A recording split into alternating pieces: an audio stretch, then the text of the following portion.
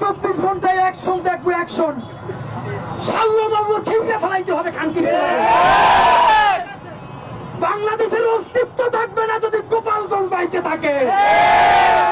গোপালগঞ্জের প্রত্যেকটা উপজেলা ভাগ কইরা পাশে মাদারীপুর, ফরিদপুর প্রত্যেকটা জেলার সাথে অ্যাটাচ করে দেওয়া লাগবে। যদি মাস্তানি হইতো, এই মাস্তানেরা মাস্তানি কইরা হাসিনারে পতন করতে পারতো।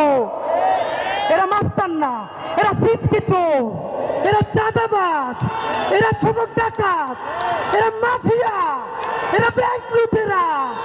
বড় অর্থে সার্বভৌমত্ব টিকিয়ে রাখার মাস্তানি করার কোন সাহস এবং শক্তি তাদের নাই। লড়াই যদি করলেন, আপনাদের এত ব্যাংকের ব্যবসা টিকে থাকলো কেমনে? যদি এমপি হইতে পারি ইনশাআল্লাহ, বাকি 299 জন এমপি প্রাণ বের করে ফেলবো। আল্লাহ যতদিন বাঁচায় রাখবে, স্বাধীনতা, সার্বভৌমত্ব, ইনসাফ এবং সততার জন্য লড়াই করব। এই লড়াই আমাদের জিহাদ ইনশাআল্লাহ। আগামী 24 ঘন্টায় অ্যাকশন দেখবো, অ্যাকশন। সাল্লাল্লাহু ছিঁড়ে ফেলাইতে হবে খানকির। বাংলাদেশের অস্তিত্ব থাকবে না যদি গোপালগঞ্জ বাইচে থাকে। গোপালগঞ্জের প্রত্যেকটা উপজেলা ভাগ কইরা পাশে মাদারীপুর, ফরিদপুর প্রত্যেকটা জেলার সাথে অ্যাটাচ করে দেওয়া লাগবে। গোপালগঞ্জ থাকলে ইন্টারিম থাকবে না। গোপালগঞ্জ থাকলে ওয়াকার সাহেব থাকবে না। গোপালগঞ্জ থাকলে পুলিশের আইজিপি থাকতে পারবে না। হিসাব সোজা। যারা এনসিপির ভাইয়েরা মনে রাখো, শত শত জুলাইয়ের রক্তের মধ্য দিয়া নেতা হইছো তোমরা। যদি এই জুলাইকে বেঁচে দিয়া দিল্লির দাসত্ব করে ক্ষমতায় আসতে চাও, হাসিনার চেয়েও ভয়ানক পরিণতি হবে। এই মাস্তানেরা যদি মাস্তানি হইতো, এই মাস্তানেরা মাস্তানি কইরা হাসিনারে পতন করতে পারতো। এরা মাস্তান না, এরা সিটকিটো, এরা চাঁদাবাজ, এরা ছোট ডাকাত, এরা মাফিয়া, এরা ব্যাংক লুটেরা। বড় অর্থে সার্বভৌমত্ব টিকিয়ে রাখার মাস্তানি করার কোন সাহস এবং শক্তি তাদের নাই। লড়াই যদি করলেন, আপনাদের এত ব্যাংকের ব্যবসা টিকে থাকলো কেমনে? যদি এমপি হইতে পারি ইনশাআল্লাহ, বাকি 299 জন এমপি প্রাণ বের করে ফেলবো। আল্লাহ যতদিন বাঁচায় রাখবে, স্বাধীনতা, সার্বভৌমত্ব, ইনসাফ এবং সততার জন্য লড়াই করব। এই লড়াই আমাদের জিহাদ ইনশাআল্লাহ। আর যদি আমি মরে যাই, আমি শহীদ হয়ে যাই, আমার ডান পাশের ভাই বোনেরা এই লড়াই যতদিন বেঁচে থাকবে ততদিন চালাই নেবে ইনশাআল্লাহ। যদি কেউ মারতে চাই, ছিঁড়ে ফেলাইতে চাই, ঘোষণা দিয়ে যাবে ইনশাআল্লাহ। কোথাও গিয়ে চোরের মতো হামলা করার মতো পোলা আমরা না। যদি কেউ মারতে চাই, ছিঁড়ে ফেলাইতে চাই, ঘোষণা দিয়ে যাবে ইনশাআল্লাহ। আমি এইখান থেকে নড়ার আগে এইখানে যদি বোমা মারে, আপনারা কেউ নড়বেন? সবার আগে আঘাত আমার উপরে আসতে হবে। সবাই নামাইয়া আমি পালাবো, সেই ছেলে উসমান হাদি না। প্রথম আঘাত আমার উপরে আসবে, এরপরে আপনারা কোনো ক্যালস করবেন না। লড়াই যাতে ব্যাহত না হয়। বাংলাদেশ লেভেল সেকন্ড গাইবে, এরপরে মাগরিবের ব্রেক। যতক্ষণ গান শুনতে চান শুনবো। বাংলাদেশ লেভেলসের জন্য আবার একটা বিজ্ঞান হবে। আমাদেরকে রাজনৈতিক দল অসাধারণ স্টেক, বিরাট শরিকানা, কিন্তু রাজনৈতিক দল যদি এই অভ্যুত্থান একা করতে পারতো, তাহলে জামাতে ইসলামীর 6 জন প্রধান নেতৃবৃন্দকে ফাঁসি দেওয়া যাইতো না। ওই সময় তারা ফালাই দিতে পারতো হাসিনাকে। বেগম জিয়াকে জেলে যাওয়া লাগতো না, হাত বাঁকা হয়ে ফেলা লাগতো না, তখনই বিএনপি ফালাই দিতে পারতো। এর মানে সকল রাজনৈতিক দল এবং রাজনৈতিক শক্তি সবাই মিলেই তো এটা করেছে। কাউরি একদম গুলি করে মারে ফেললো, কবরেই তো যাবে। আর ব্যাপারটা তো এমন না যে এসির মধ্যে মারা গেল তার মৃত্যু কষ্ট কম, বরং জীবনে তো পাপ আমাদের সবারই আছে। হয়তো আমার প্রচন্ড পাপ থাকা সত্ত্বেও আমি একটা ইনসাফের পক্ষে দাঁড়ানোর কারণে আমার এই মৃত্যুর মধ্য দিয়ে আল্লাহ তোমার মাফ করে দিতে পারে। হাসিনা মোবাইল দিছে, হাসিনা পদ্মা সেতু দিছে। ধরেন আমি যদি জানি আমার বাড়ির পাশে ওই জমিটুকুন আব্বা রাইখে গেছে, এটা আগে আমার জানতে হবে। দেন আমি একটা বয়সে গিয়ে দাবি করতে পারবো যে এই জমি তুমি আমার বুঝাই দাও না কেন।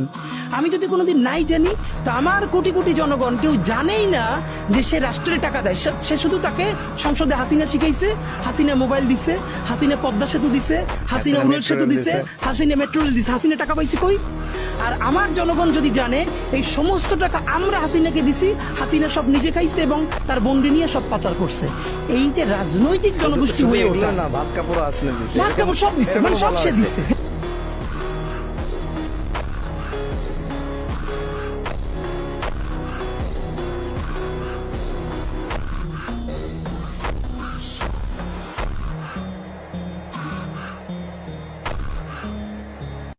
মন খারাপ হয় যে আল্লাহ যদি আমাকে কোনোদিন নিয়েও যায়, তো এই যে ছেলে মেয়েগুলা, মানে আমি আল্লাহর কাছে সবসময় দোয়া করি। আপনি জানেন যে আমার আল্লাহ একটা সন্তান দিচ্ছে, 3 মাস ওর বয়স।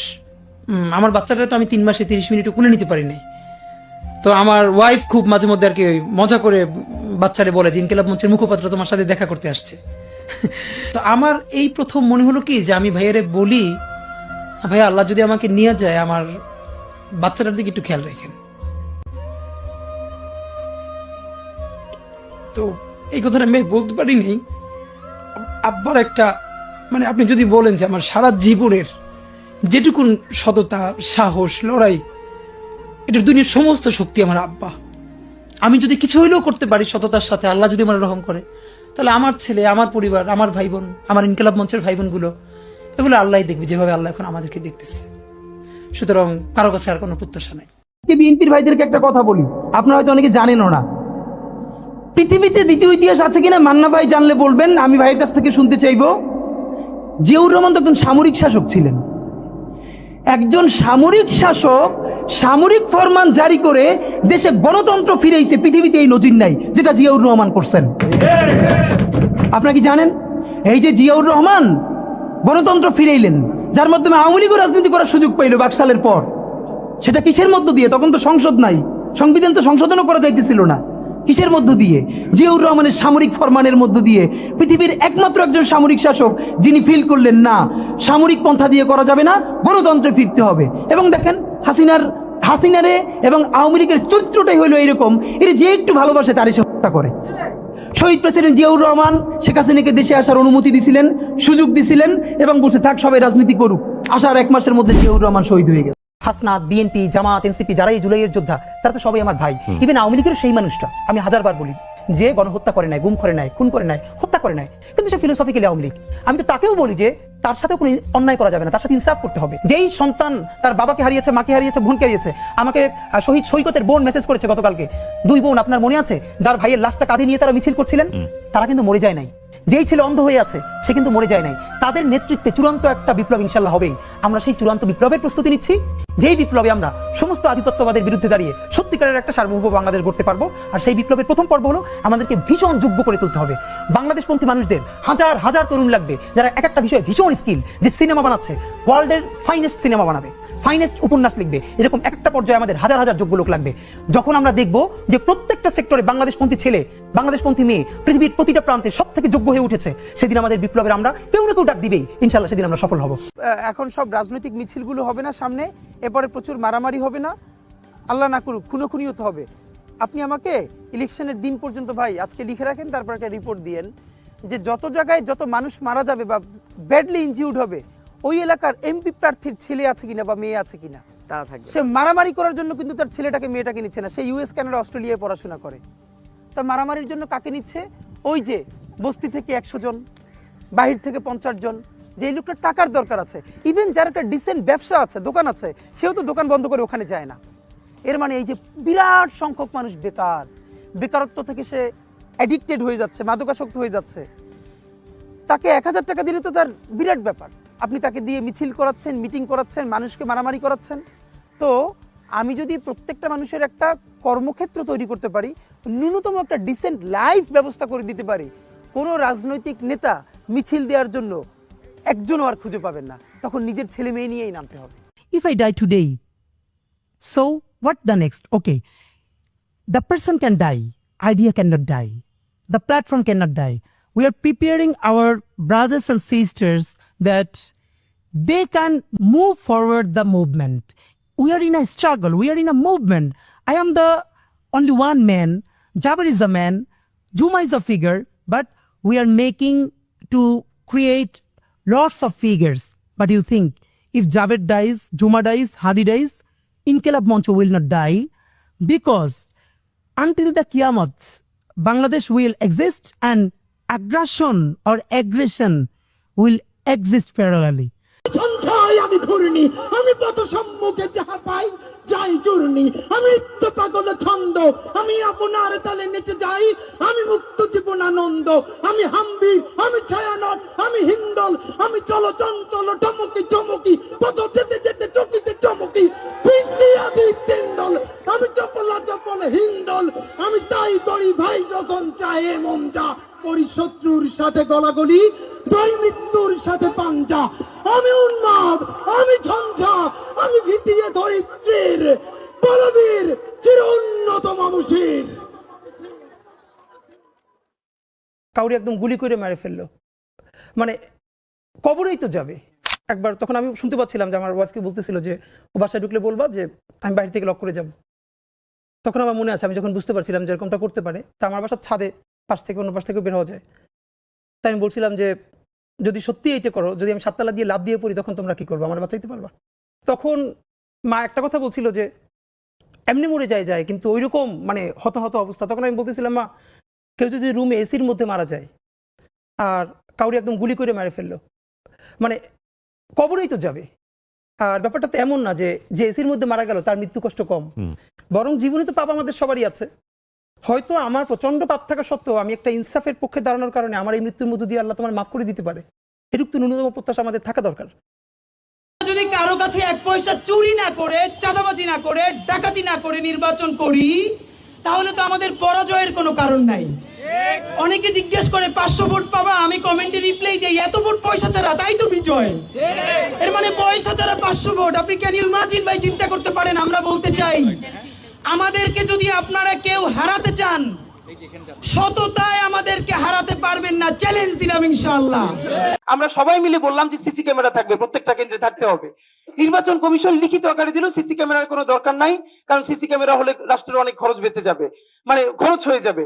এই নির্বাচন কমিশনকে আপনি গিয়ে সাংবাদিকরা একটা প্রস্তাব দিতে পারেন, গিয়ে বলবেন যে আমরা হিসাব করে দেখছি সামনের নির্বাচনটা ভালো করার জন্য পুরো নির্বাচন কমিশনের সবার আমেরিকা, ইংল্যান্ড, অস্ট্রেলিয়া থেকে 10টা দেশ সফর করে আসা উচিত। লাভ দিয়ে উঠে বলবে সঠিক, এটা যাওয়া দরকার।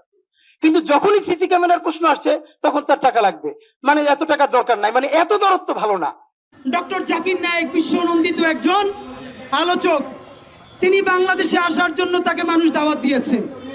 ভারতে এখন পর্যন্ত তার বিরুদ্ধে কোনো ভারতের আদালতের রায় হয় নাই, তার বিরুদ্ধে চার্জশিট গঠন হয় নাই। শুধু এরপরও বাংলাদেশে তিনি যখন আসার কথা বলা হয়েছে, আপনারা ভাবেন অফিসিয়ালি ইন্ডিয়া বলছে জাকির নায়েককে ধরে ইন্ডিয়ার হাতে তুলে দেওয়ার জন্য। ভাবেন, জাকির নায়েক কিন্তু দণ্ডপ্রাপ্ত আসামি না, এখন পর্যন্ত তার বিরুদ্ধে মামলা আছে, দণ্ডপ্রাপ্ত আসামি না।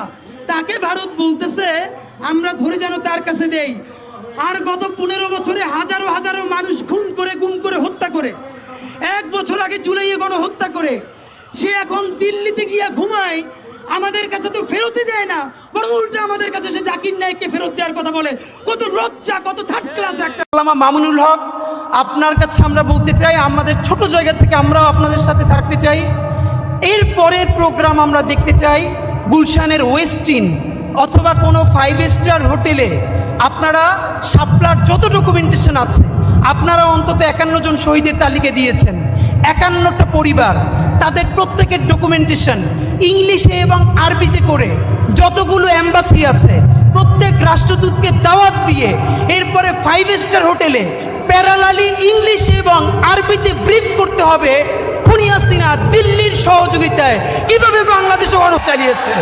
যদি জুলাই ব্যর্থ হয় আর আওয়ামী লীগ কোনোভাবে কামব্যাক করে, তাহলে প্রথম মার খাবে হলো এই যে এনসিপির যারা আছে, তারপর জামাত, বিএনপিও তো মারটার খাবে না। আপনাকে শুধু একটা কথা বলি, সারা দেশে অবস্থা যদি এরকম খারাপ হয়, সারা দেশে আপনি কয়জন এনসিপি গুণে পাবেন? পাবেন না তো, মারলেন। এরপর আসবে কি জামাত। ভাই জামাত তো আন্ডারগ্রাউন্ডে পলিটিক্স করেই অভ্যস্ত, সে হইল রিমোট কন্ট্রোলের মতো। নইলে সে হাসিনার আমলে গত 17 বছর কেমনে পলিটিক্স করছে, তাই না? তার তো প্র্যাকটিস আছে। যেই দেখবে সে রিমোট কন্ট্রোল দেখবে কেউ নাই, এবার বলে এনসিপিও নাই, জামাতও নাই, আর আমার মতো ওসমান হাদি কয়জন, হয়তো একবারই মাইরে দিবেন গেল।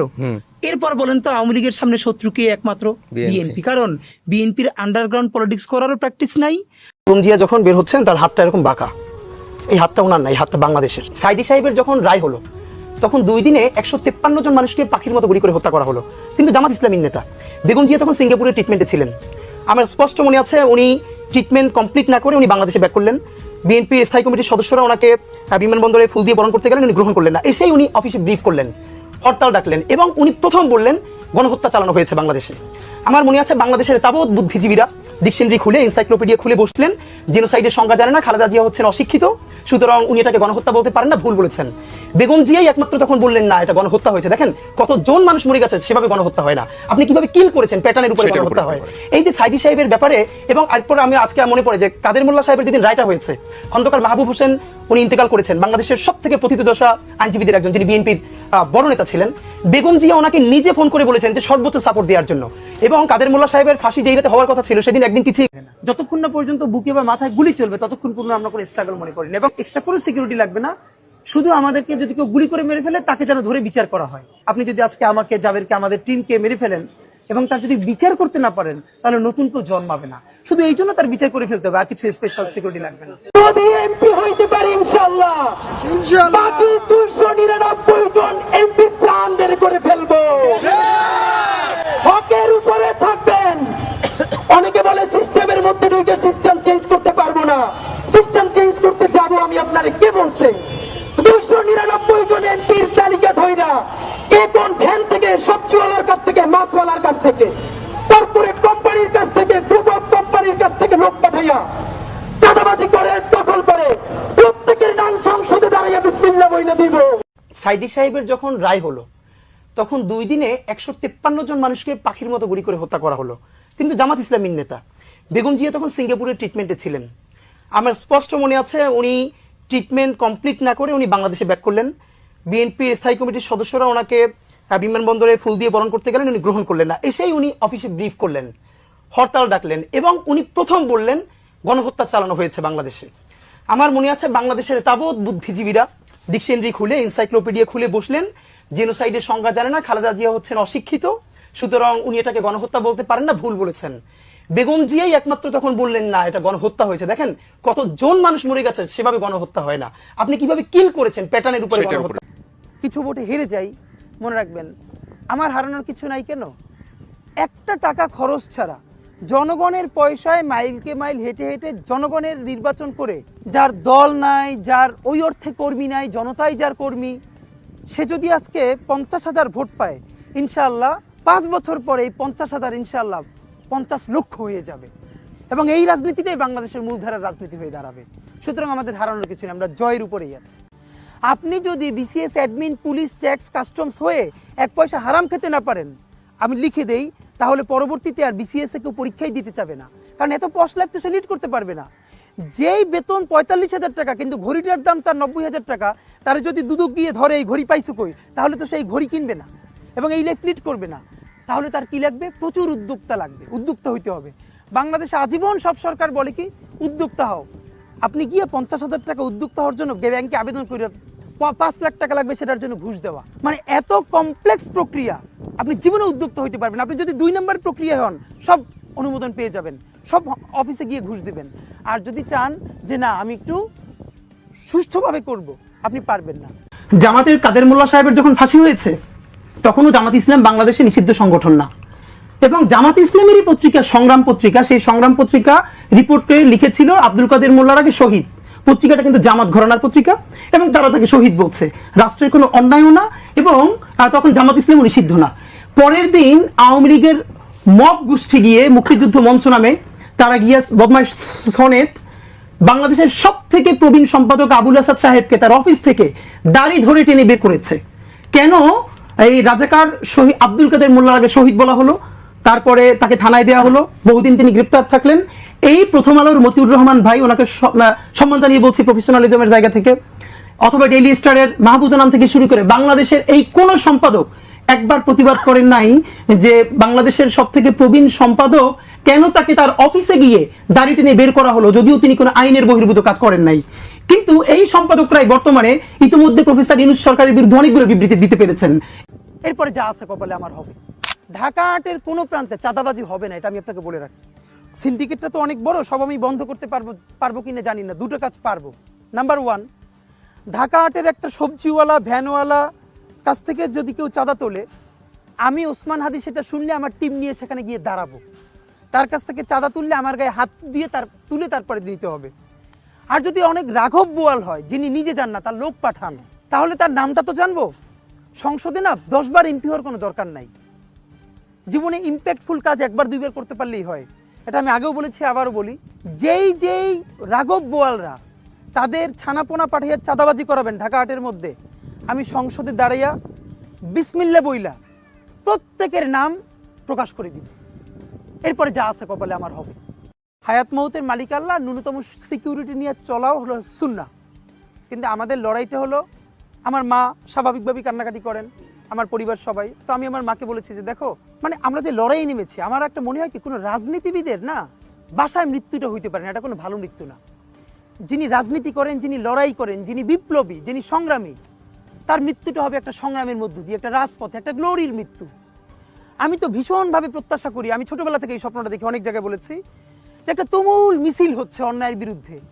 সেই মিছিলের সামনে আমি আছি, কোনো একটা বুলেট এসে আমার বুকটা হয়তো বিদ্ধ করে দিয়েছে, এবং সেই মিছিলে আমি হাসতে হাসতে আমি শহীদ হয়ে গেছি।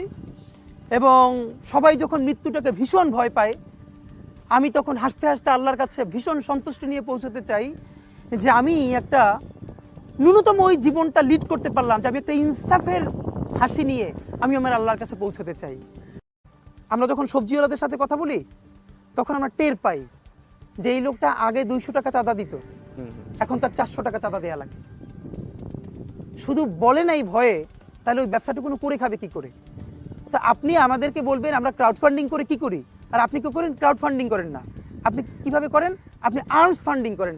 গিয়ে আর্মস ঠেকাইয়া একটা ভিক্ষুকের কাছ থেকে টাকা নেওয়া হয়। আপনি জানেন যে একটা এলাকায় কোন কোন মসজিদে কারা কারা ভিক্ষা করবে, সিন্ডিকেট আছে। আমি আপনাকে বলি, আপনার চাইলে এর উপরে তদন্ত করতে পারেন, ইনভেস্টিগেশন ডিবেট করতে পারেন, এবং কোন কোন মসজিদে ভিক্ষা বেশি দেওয়া হয়, সেইখানে কোন টিম যাবে সেটার উপরে ওখানকার পলিটিক্যাল লিডাররা কানেক্টেড হয়, যারা ছেঁচড়া টাইপের লিডার, এবং একটা অ্যামাউন্ট তাদেরকে দিতে হয়, আপনারা ওখানে ভিক্ষায় দাঁড়াইতে পারে না।